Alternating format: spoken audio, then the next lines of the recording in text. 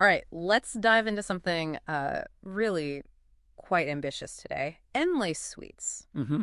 This isn't just, another building. It's being pitched as the very first mixed-use kind of central hub for Pantai Sentral Park here in KL.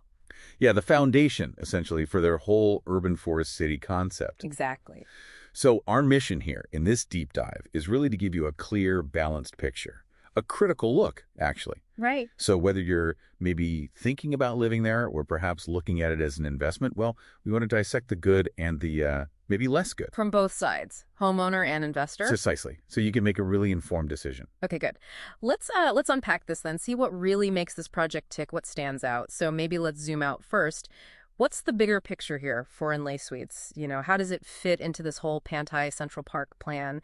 And who's actually behind it all? Good question. Because, yeah, Enlace Suites isn't standalone. It's like the core part of this much larger vision. We're talking a 58-acre master plan. Wow, 58 acres. Yeah, and it's led by IJM Land. They've been around, over 30 years? Quite Well, established. do they have experience? They do. And a reputation for quality, generally.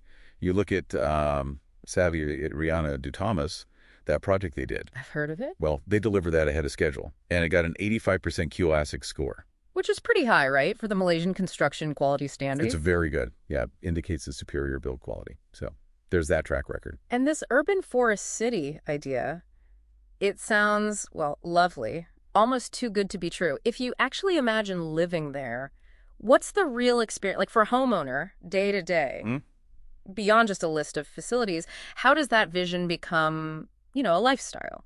Well, the idea is this self-sustaining sort of ecosystem where city living actually breathes with nature. That's the pitch. Okay. So you've got direct, immediate access to the Bukit Kerinci Forest Reserve, 200 acres of it. Right next door, basically.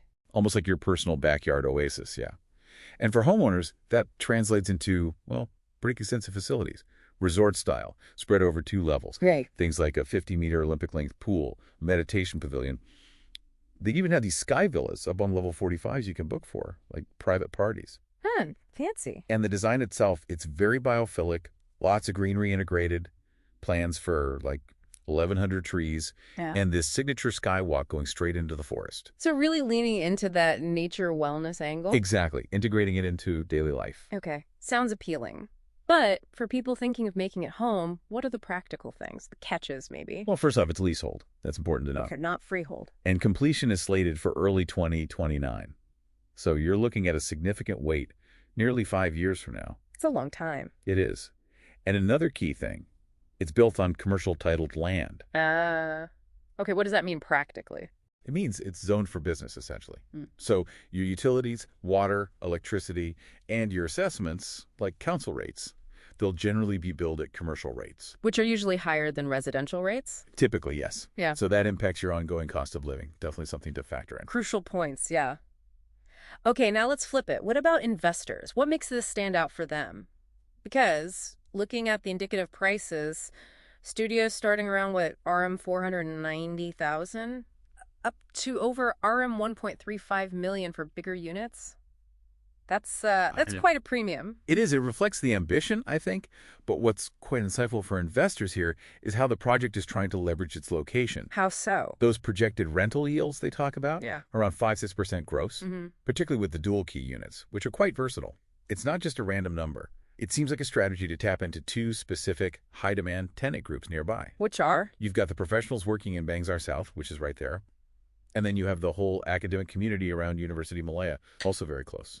Ah, I see. So trying to capture both markets. Exactly. Maximizing the potential tenant pool. Yeah. In this market, that kind of flexibility with dual keys can be really key for, optimizing your income. Okay. And then there's that planned pedestrian bridge, the one linking directly to the upcoming MRT3 Circle Line station. That sounds huge. It absolutely is. A 260-meter covered walkway. Huh. That could be transformative for connectivity. Like a proper transit-oriented development or TOD. Precisely. And historically, TODs command a significant price premium. That MRT3 link, if and when it happens as planned. Right, there's the catch. The timing. Yeah. That, coupled with the upcoming MPE extension nearby, and just the general maturing of the whole Pantai Sentral Park Township, those are powerful potential catalysts for capital growth down the line. But you hit it, it relies heavily on these big infrastructure projects actually happening and happening on time. MRT3 is targeted for 2030, right? After Enlace is supposedly finished. Correct. So there's a dependency there, Mhm. and that introduces risk. So there's definitely an opportunity cost, isn't there? Your capital is tied up for, what, nearly 5 years before completion? Mm. And then residents moving in early will likely be living in, well, an active construction site for a while as the rest of the township gets built out around them. That's a very realistic expectation, yes. Phase development means ongoing construction nearby. Plus, that last mile connectivity issue until the MRT3 bridge is ready. The nearest existing LRT KTM stations are like 2 kilometers away. About that, yeah. So initially they're planning a shuttle service, but it's not the same as stepping out your door onto the MRT. Right. Not seamless initially. So it really raises that crucial question. Are you, as a buyer or investor, prepared for that long-term game? Understanding the immediate trade-offs, the weight, the construction, the initial transport situation for that potential future payoff. Especially when there might be alternatives. Exactly. If you need quicker returns, or maybe just want to avoid a long wait, competitors like, say, Cubic Botanical nearby, similar price per square foot, roughly. But it offers freehold status, and it's ready now, or very soon. So different proposition entirely. Immediate occupancy, freehold. Important comparison to make, definitely. Okay, so wrapping this up, what we seem to have with Enlace Suites is, well, a really compelling, quite visionary project. Significant future potential looks baked in, especially with that game-changing MRT3 connection on the horizon. Yeah, the potential is definitely there. But, and it's a big but, it also comes with some pretty notable near-term things to think about.